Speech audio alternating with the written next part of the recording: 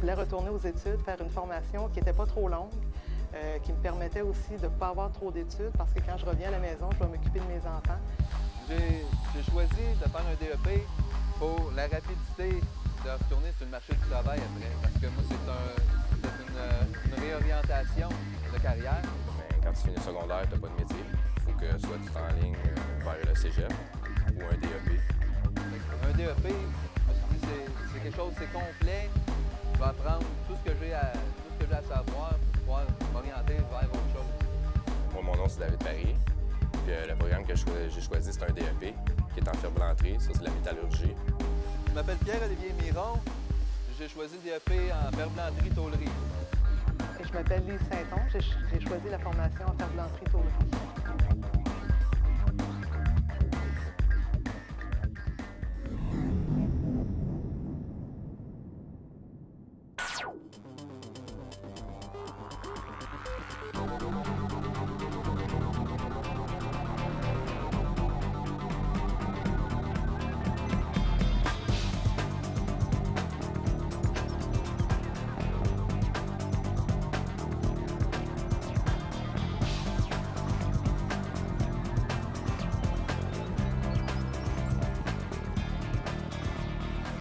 Ce que j'aime en ferblanterie, c'est que les choix de carrière sont vraiment diversifiés. On peut s'en aller soit sur la construction, on peut aller en usine, on peut aller travailler, admettons, pour la ville, ou c'est vraiment vaste comme domaine. Bien, le tôlier, c'est dans le milieu plus d'un shop industriel. Tu peux être machiniste sur les presses plieuses, machiniste sur une poinçonneuse. Le ferblantier, c'est plus dans le domaine de la construction. Tu vas faire du recouvrement de murs extérieurs, de la toiture, de la ventilation. L'inox, les restaurants, les comptoirs de restaurants, les meubles d'hôpitaux. Tout ce qui est garde-métal, il n'y a pas d'empêchement, tu peux tout faire. J'aime le challenge de pouvoir voir tout ce qu'on peut réaliser avec une feuille de métal, partir d'une feuille plate, puis on peut faire n'importe quoi, ce qu'on veut. Et les possibilités en ferblanterie sont infinies. Tout ce qui est métal mince, travaillé, c'est nous qui le faisons.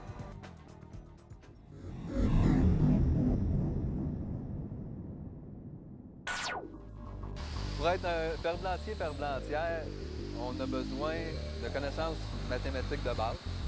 On a besoin d'imagination et d'être manuel. Beaucoup, c'est sûr que la dextérité manuelle, ça, c'est très important. Donc, mon nom, c'est Stéphane Laplante. J'enseigne en ferblanterie-tôlerie ici à Laval. Les gens ont besoin d'une bonne visualisation spatiale, qu'on appelle. On est capable de s'imaginer qu'est-ce que la pièce va ressembler un coup qu'elle va être finie. Exemple, tu as un plan. Je te donne un plan à partir du plan, donc tu dois être capable de dire, en regardant le plan, de dire, ah ben ça va ressembler à un meuble, un coup fini, je vais être capable de voir, d'imaginer les pentures, comment ils vont être placées, les portes, est-ce que ça va bien s'assembler, pour ne pas faire d'erreur. Donc, c'est une bonne compétence à avoir. Des fois, tu peux aller chez un client, puis il va dire « Ah, je veux ça », fait qu'il faut que tu sois capable de le voir. La trigonométrie est très importante. Les notions pour trouver la circonférence d'un cercle. Mettons, tu veux faire un rond, mais ta pièce dépliée, il faut que tu ailles des notions de trigonométrie, sinon ça va un petit peu mal. Il faut être manuel beaucoup. Il faut avoir un petit peu d'attitude pour les mathématiques. Moi, c'est pas mon côté fort, mais je réussis quand même à bien me débrouiller. Des fois, ça arrive pas toujours, fait qu'il faut que tu recommences, faut que tu sois patient. Puis je dirais la minutie. Très important.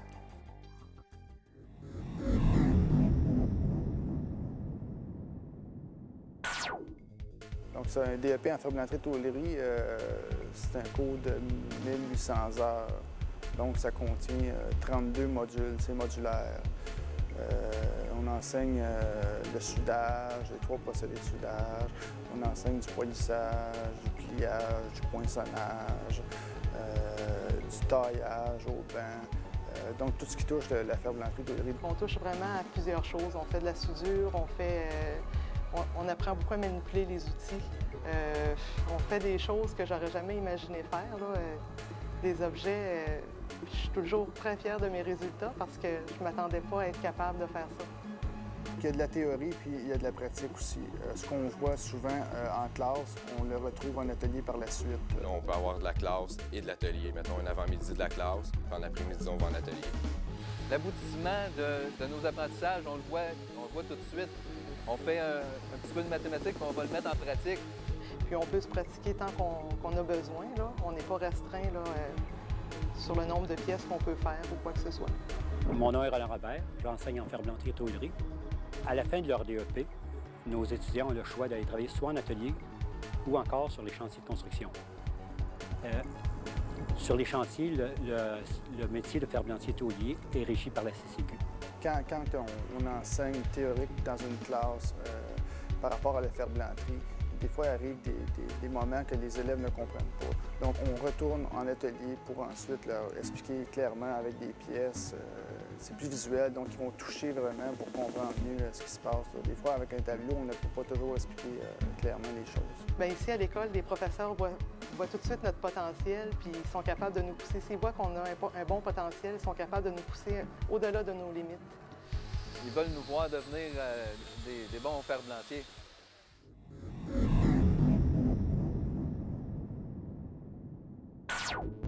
C'est assez ironique parce qu'il y a plein de secteurs, plein de domaines que les taux de placement sont pas élevés. Puis la ferblanterie, tôlerie, il y a tellement d'ouvrages dans n'importe quel secteur que le taux de placement, s'il n'est pas à 100 là, ben, peut-être il est à 105, 110. En venant étudier ici, on a pratiquement une garantie d'emploi en sortant de notre cours. C'est pas un problème de se placer dans la ferblanterie. Le taux de placement est pratiquement de 100 parce que justement, le métier est un peu inconnu. Fait que le monde, quand ils finissent le secondaire, ils ne savent pas que ce métier-là est disponible. Fait qu'ils demandent du monde beaucoup. De choisir de t'en aller dans un DEP en ferblanterie, tôlerie, ça t'assure de l'ouvrage, de l'emploi pour longtemps.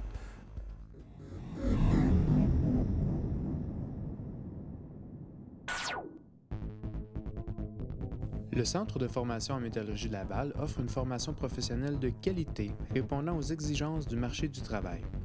Afin d'obtenir de plus amples informations sur nos diverses formations, vous pouvez communiquer avec nous par téléphone au 450-662-7000, poste 2100, ou par courriel à métallurgie@cslaval.qc.ca.